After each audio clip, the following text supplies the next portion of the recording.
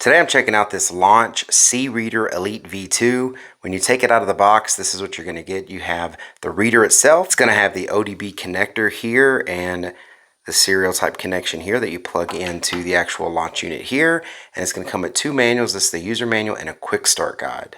The launch unit here, this is where you plug in the cable that it comes with. It's got a USB-C port right here to charge the unit, the power button for it, and then the rest of it is these buttons here, and it is a touch screen, so you can work your way through it by touching the screen.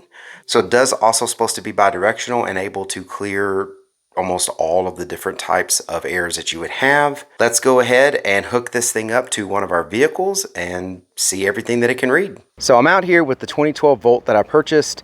Everything on this car runs awesome except the charging process. So as you can see, I got the charger plugged in right here, and when you do that, it throws a code, throws up a check engine light, and more than just a regular code, it disables the car. You can't drive it. So to get this car functional again, of course I need to fix it, but I have to go in there and clear out the codes just to be able to move the car. If I try to put it in gear now, it will literally just start rolling backwards. It's dead. So I've got a lot of tools that can go in and clear codes and read codes, do diagnostics, but none of them can fix the Volt codes, but this launch tool can.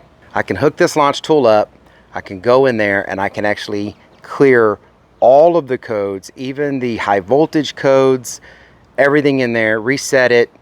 It just goes back to being no check engine light, and everything will run fine on this car until I plug it back in to charge.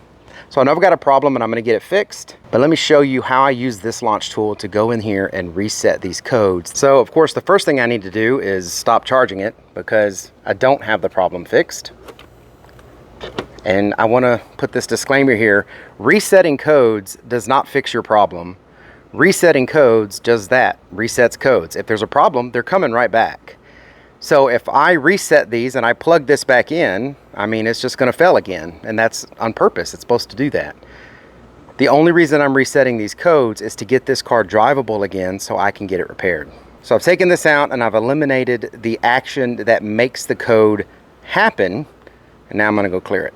So when you get one of these tools like this one here, first thing you want to do is actually turn it on while you're indoors, plug it in to charge, and get it hooked up to your Wi-Fi and download all the updates. So this one does have Wi-Fi capability. I hooked it up to my wireless network, and there was a lot of updates that it could take, so I updated all of those.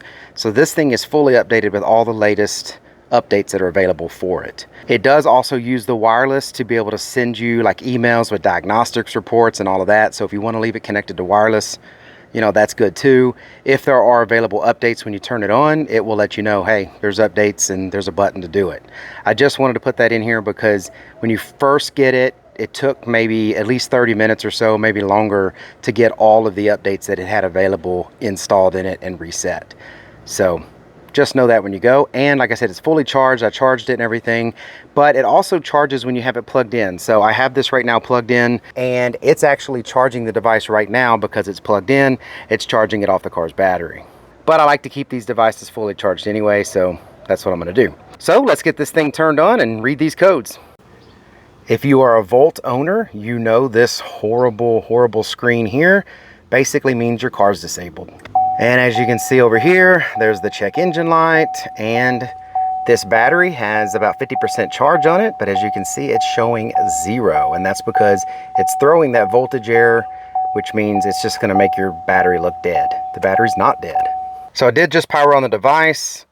Here's going to go the VIN scan, and it's going to ask you what to pick. So even though this technically is a GM EV, this is for the electrical only vehicles.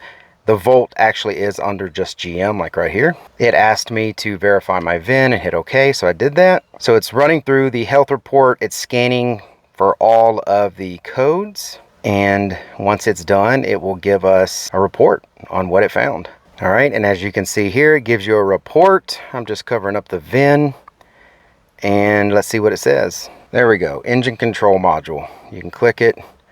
It tells you what it is. This one's just a very generic one that says, hey, throw the check engine light on. Then This one is the killer, which is the high voltage powertrain.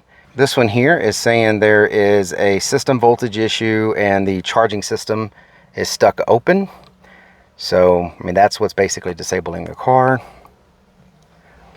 And this one here, the body control module, this is where I found out that the window regulator, it just throws this calibration not learned, but really what it is the regulator is spinning and moving, but the window is not moving. So the cable or something's in there busted.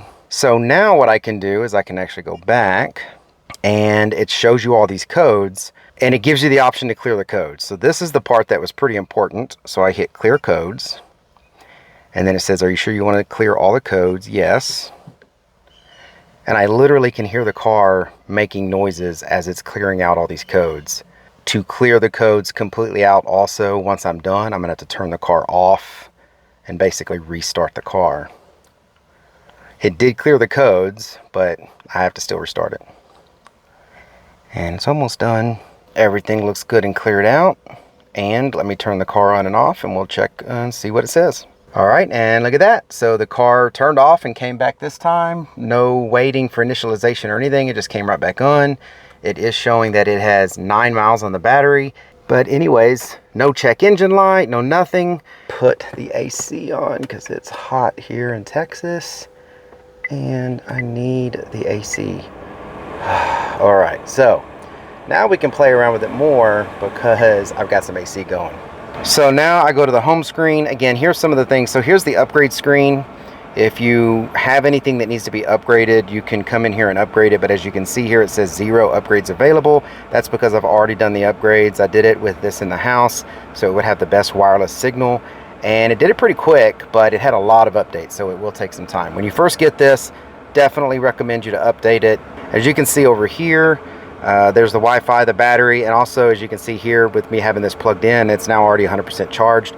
It was at like 85 or something like that when I brought it out. You can actually buy stuff. This is called the mall, but there's other features in here that it will connect and go look for. And if you want to buy other things, you can. I mean, if you have like an Aston Martin and you want to do that, this is just how you can expand the functionality of this. This is, again, settings where you go in and set all the wireless and all that kind of stuff. ODB2 is going in there and checking all the protocols, figuring out which protocol you have. And it takes a little while to run this. It goes through all of these different tests. It does show the VIN on this, but I scrolled up to not see the VIN. But it goes through here and it just shows you all the different things that are supported, everything with the car, what protocol type it is, all that. So yes, we want to end. And then again, you just go back to diagnostics. When you go here, it's going to have that auto detect where it auto detects your VIN, or you can come through here and just pick, you know, which feature you have here. Now this one is specifically purchased for GM. So if you purchase this launch one, this one is the launch device for GM. So that's why, you know, you only see GM stuff in here. But if you want to expand it, you can go buy the other pieces, or you can buy it already with those. So you just have to pick what you want. It does have lifetime upgrades too. But that's it. I mean, that's the basic thing that I wanted to get out of this one. This one will connect into my Volt, go in and clear codes that most other devices or diagnostic tools like this will not clear. So this one has those extra features. It is bi-directional, so you can go in here and, you know, if you have the right tools and everything in it, you can update things and clear things out. So that's probably why this one does the clearing that the other ones won't. But either way, this one's going to stay in the car until I get this fixed. Definitely glad to have this tool. I hope this information was helpful. Thank you very much for watching. Y'all take care.